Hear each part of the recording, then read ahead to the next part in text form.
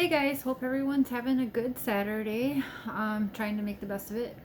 So today's video is just going to be a short video about Jack Donald Lewis, which is Karen Baskin's second husband that's missing, that you guys will see on the Tiger King docuseries on Netflix.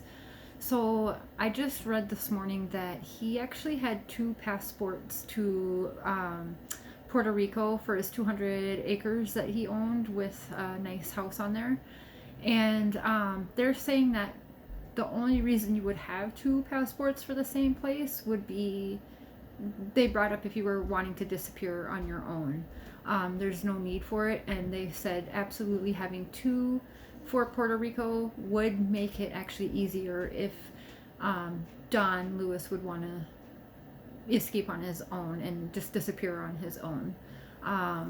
So I called the sheriff's office that now has reopened this cold case, and I have the phone number and left a message and spoke to somebody who I will.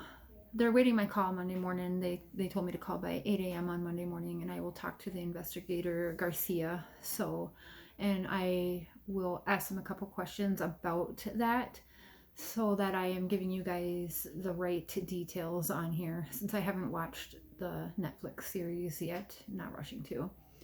And then the other thing that I read in that same article was that when he would go to Puerto Rico, he had a hooker fascination, if you will, and he would wrap up $30,000 in cash in his clothes when he would travel, and that was all to bring to give these women. So his 200 acres was for him to have his hookers at and his extramarital affairs and all of that. So while that could be motive for Carole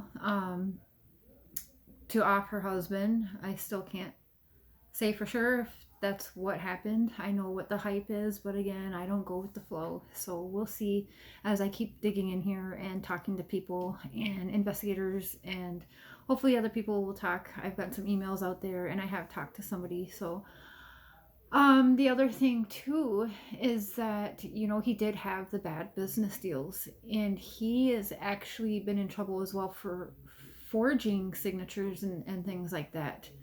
So that doesn't really look too good. So again, it could go either way. Did he piss somebody off? Did he owe somebody money? Did they do this? Did they make him disappear? Did he disappear on his own? Because the word is that he was about to leave Carole Baskin.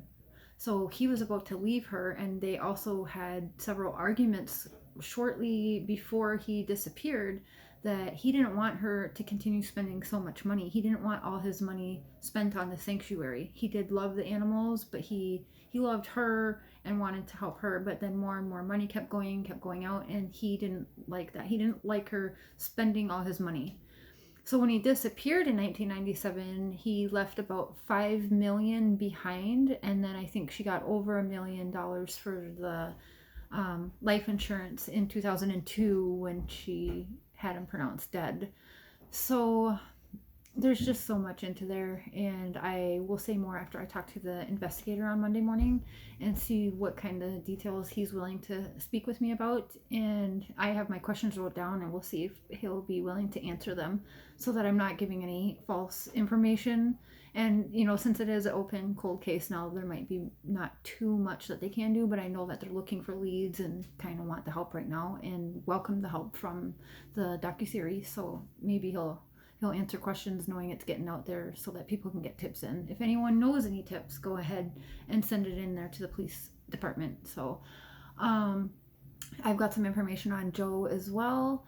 But as far as Don, like I said, he could have disappeared. He had his pilot license, lots of planes, and he did have some money that he took that was missing, but that, we'll dig into that. So yes, he was talking about leaving Carole. He was upset that she continued spending the money, didn't want to keep flipping the bill for the sanctuary, it sounded like. So there's that. That doesn't look good. She also did say she was the one helping him move his cars around that day, because he would take used cars or classic cars or something like that, fix them up, and then he would sell and trade and buy them. And so the day that he went missing, she actually did say that she was helping him move the car. So his car was found with the keys in it at the airport. So who knows? She is all wrapped up. It definitely doesn't look good for her, and I'm not taking her side at all because a lot of things don't look good for her, and I do have my own beliefs, but I want to get all sides out there, all theories out there, because if you ask me, every single character in here is just guilty of something. They all have quite a colorful story, and most of us do, right? So I'm not gonna really judge on that, but I can't really say, oh, Joe deserves all the time. But it sounds like there's a lot of characters that actually do deserve to be behind bars in this story, and we'll keep digging in.